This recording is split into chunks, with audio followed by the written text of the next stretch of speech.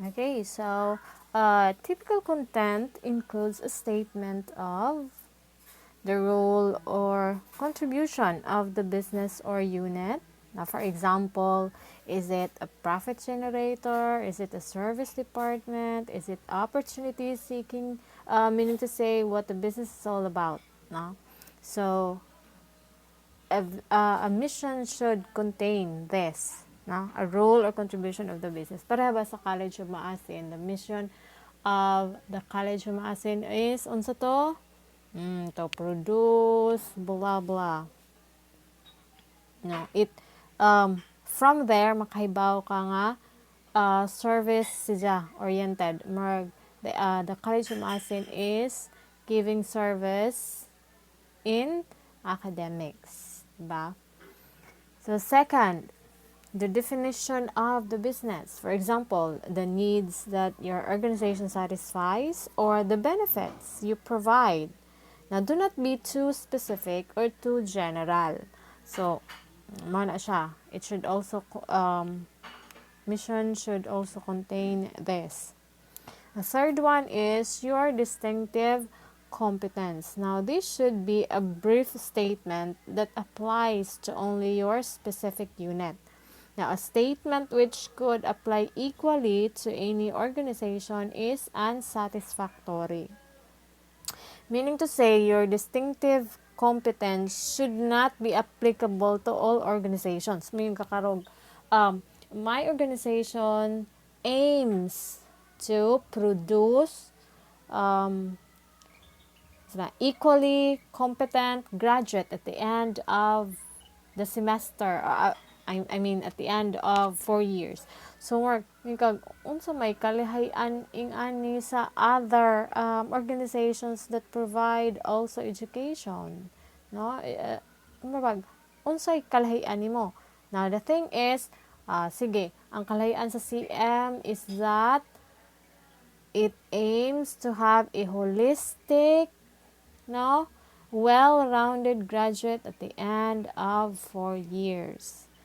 So, may kakaroon nga, tibuok, as in tibuok, aspects of the student is what the College of Masin is trying to develop. So, makain ko na, hala, dito, kanang ay, kanang sana lahi pa siya sa uban kay focus only on academic or focus only on the skills, so hasta man pud di ay diri sa kuan kanang the aspect of emotional, spiritual, and blah blah. So mo na siya, your distinct competence should not be applicable to any organization, or else it's not a distinct competence kay present man with other organization. No? Number 4, indication for future direction. Mission should also include that. It is a brief statement of the principal things you would give serious consideration to. Okay? So, mga na siya.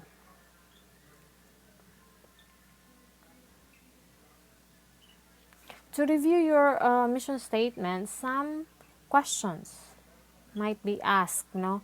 Para matanaw nimo, ma-review whether or not kanang on the right crafting of mission statement ta ba ni? So you can ask this question. So number one, does it define the organization's role? So if the answer is yes, you're on the way. So number 2, does it contain the need to be fulfilled, such as is it worthwhile, admirable? Will employees identify with it? How will it be viewed externally? So if your answer again is yes to this question, so you're actually on your way to a good mission statement. Number 3, does it take a long-term view leading to, for example, commitment to a new product or service development or training of personnel? Number 4, does it take into account all the stakeholders of the organization, which is really important, diba? About actually we're aiming, no, for the stakeholders, no, to take into consideration all the stakeholders of the organization. Kaya pinaka-importante na nga ma-incorporate sa imong mission.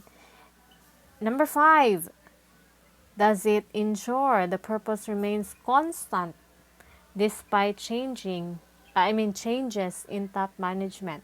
Now, dapat when you craft your mission statement, dili siya dapat dependent on the top management because top management could change, di ba? Pwede mo na siya mailisan. So, your mission should not be dependent. Stand alone siya. Whatever happened to top management, dapat dili ma-affected ang mission statement. Okay?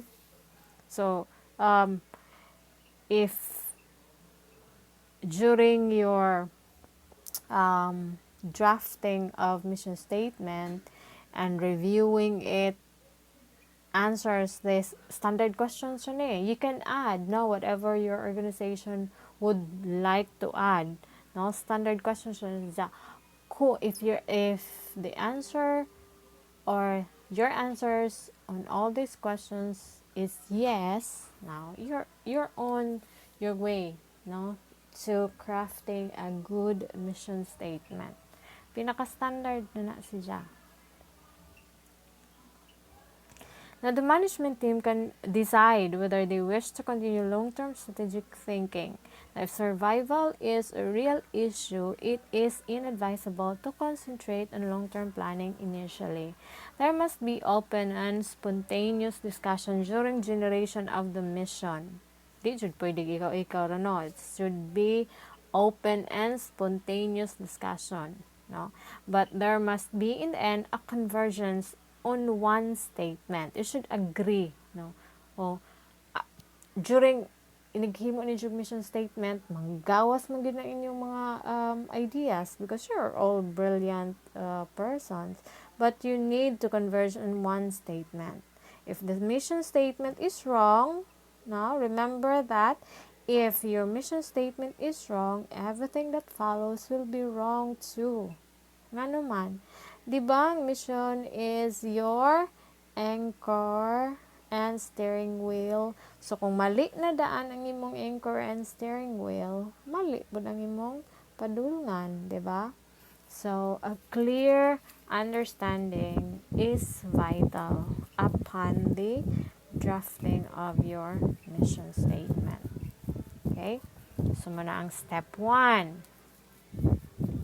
Let's go to step 2. Now, you now have the mission.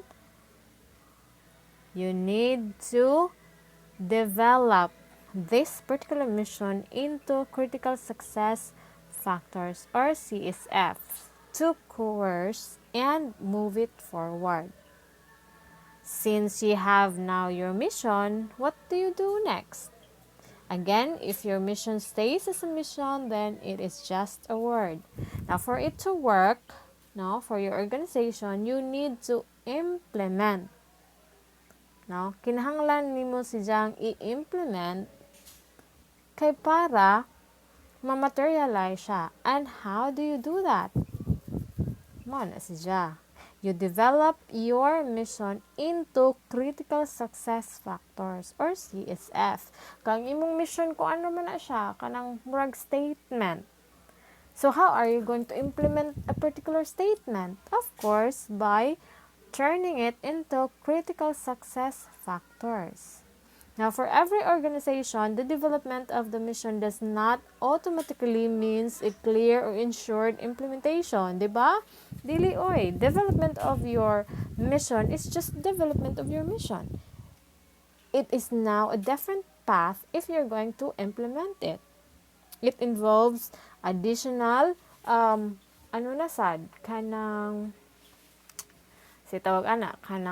katakos, no? If you're going to implement your mission. This is what we call the danger gap now, which many organizations fall into because they do not foster the skills needed to translate the mission through its CSF. no, into core processes and people needs. So, kasagaran sayop in most organization is that wa nila unsay tawag ana they were not able to identify or foster also may bisaya og foster oy oh my god so wa nila na foster no ang skills needed to translate the mission. So lami kaayo ang ilang mission but the translation is different. Now, kay wa man nila na-identify or wa nila nakuha ang skills na necessary in order to translate the mission clearly through its CSF and into the core process. So you will learn more about this CSF and core process as we go along, no? Most organization only stops at a well-crafted mission but do not strive hard to implement or achieve it, which is very true.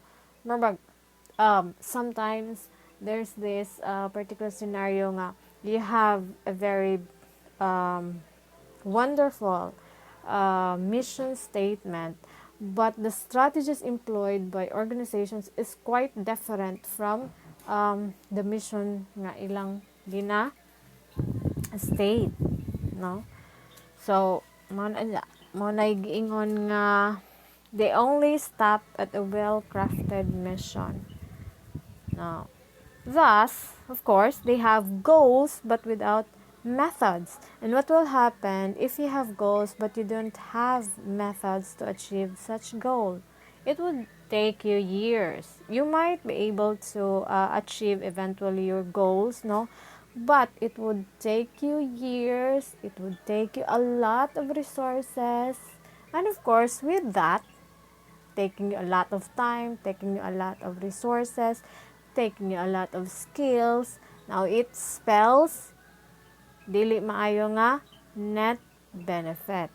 Now, ma-defeat na karon ang purpose ng organization, not which to acquire the maximum or utmost benefit. So, mo importante jud, no?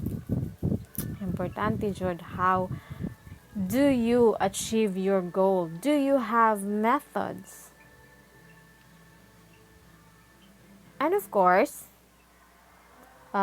if change is not integrated properly into the business, wa gihapoy wa gihapoy profit or wa gihapoy advantage na mahitabo, no? Kay bawo ka nga this is your goal, this is supposedly the methods that would reach your goal in or with maximum, no, net benefit. But because you are not into change or change is not integrated into process, awa gihapon. So it goes along go side by side. Dili siya pwedeng na ako'y goal, na ako'y methods, but I don't like to change. Pwede di ay. Pero ragunas, how goal nga kanang kuan, ma-cum laude ko when I graduate in college. Kaya basig akong pinaka-first nga cum laude sa BA. O para ba tayo cum laude ever since the world began? Joke. Na ano tayo cum laude before. But the previous mga years pa, maragwa pa. Wa na, I mean. Nakoy goal nga may cum laude. I have methods. Oh, pwede. But unsay method nimo? Study ko kuan, I will be dedicated, blah blah blah. Unsa pa na imong mga strategy to achieve your goal to become a cum laude. But then you're not into changing your habit. Kapoy man sig tuon. What happened to you? Mahimo di kang cum laude. Mahimong cum laude sige pang cheat kay online. Ang score kay 99 over 100, 98 over 100. But then wasi kinupyar daay sa Google ang answer. That's so sad. Mana siya. Right, going back to our step 2, no? Develop mission into its critical success factors, squares, and move forward. So, mana siya ang pinaka-importante. So, how? do you develop mission into CSF? So once the top managers begin to list the CSF, they will gain some understanding of what the mission or the change requires. Okay? The first step in going from mission to CSF is to brainstorm, of course. Manadham, sige jud og meeting. Pwede pod kanunay nga meeting nga kanang sige lang mag-meeting pero unproductive. So, mag-brainstorm mo of all the possible impacts on the mission. No? So, let's take a look at some things to consider in transforming your mission to CSF. Now, first, let's define a CSF as what the organization must accomplish to achieve the mission. So, mo na CHF, CSF. Pasensya na talaga. Okay, so, CSF or critical success factors are what the organization must accomplish to achieve the mission. This means action, right? And you can do that by examination and categorization of the impacts. So, in order to came up with actions, from mission into action, you need to categorize, you need to examine and categorize the impacts of the mission or the impact of the CSF kung naka-create na kag CSF, naka-create na kag action in order to achieve your mission, you need now to examine and categorize the impacts of this action to the mission. Kung haong bagyod, kung kanang unsay tawag ata katong gingon ganina kanang aroy